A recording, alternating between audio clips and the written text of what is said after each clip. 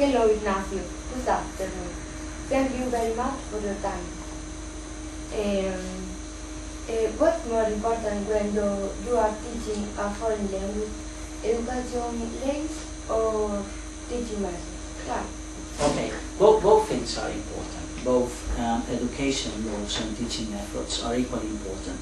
Perhaps if I have to say which one is more important of the two of them, I would say that teaching methods, okay, are more important than education laws. Education laws constitute the framework, but in fact it's the teacher, okay, it's the teacher who really does the job in class and interprets education laws.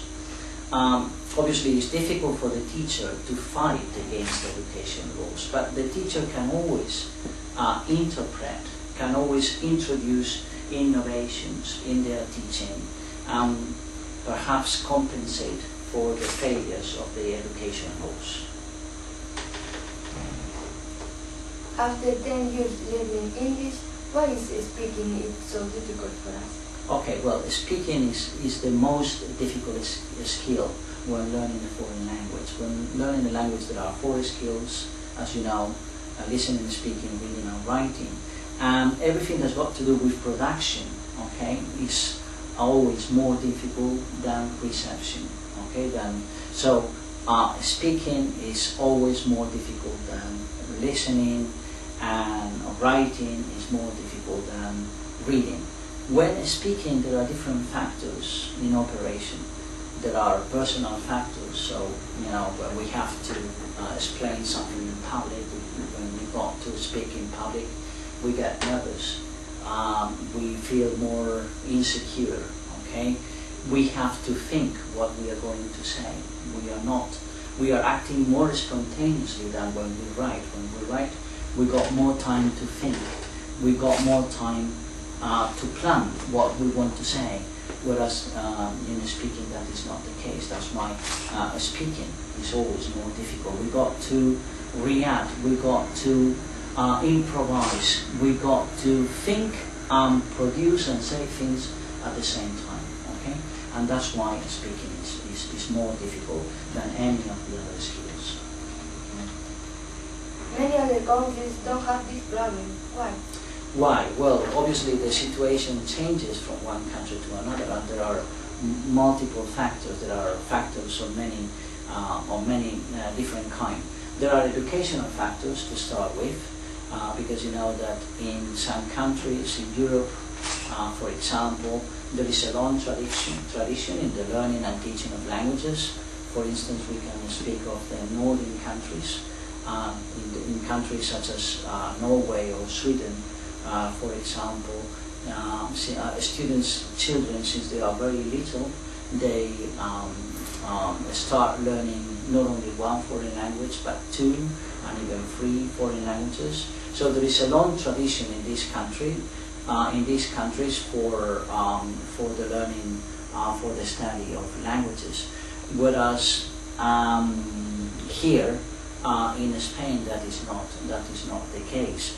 It is true that everybody here in Spain thinks that languages, and particularly English, is important, but it's not enough to say that languages or that English is important. The government, the state, should invest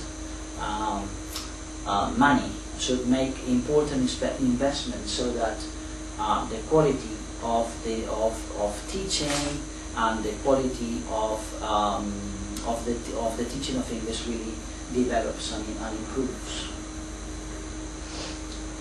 What's wrong with foreign language teaching in this country? Okay, well, there are many weaknesses that we could refer to as regards the language teaching in this country. First of all, is that society in general, as I said before, the members of society, Spanish people in general, although they say that languages are really important, they do not actually believe in the importance of English. So, in the importance not only of English, of languages. So there should be, first of all, a change, okay, in society. as regards the views people have on the learning of languages. Second thing, there are problems with the actual pedagogy of languages. Although teacher training programs have improved in the last few years, there is still a lot to be done. Okay, teachers need more training to be up to date in the teaching of a language. Well, you need to put a lot of time into it. You need to spend a lot of time into it. You need to practice the language. So a lot of money should be invested on the actual training of teachers.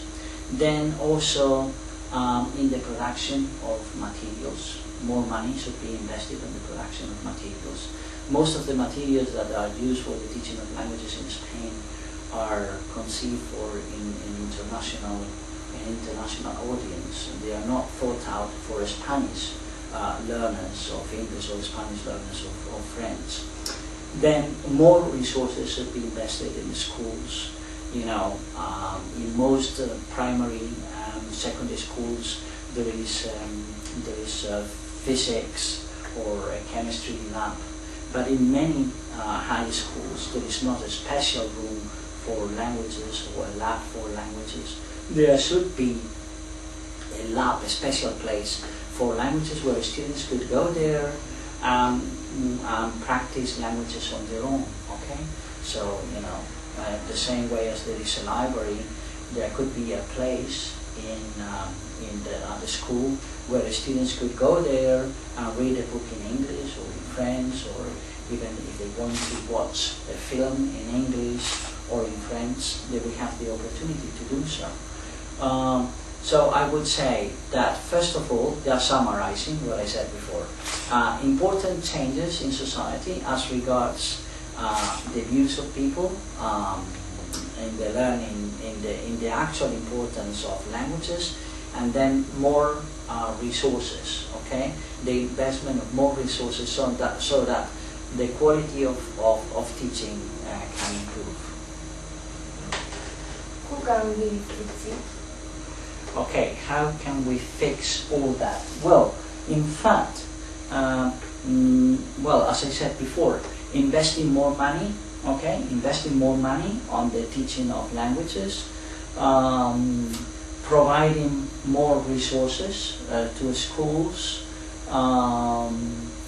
designing an effective teacher training program, okay, and then making society aware of the importance of languages. Okay, normally society, members of society pay a lot of attention to sciences, but not so much to humanities, and even less to languages. So a combination of things. Okay, a combination.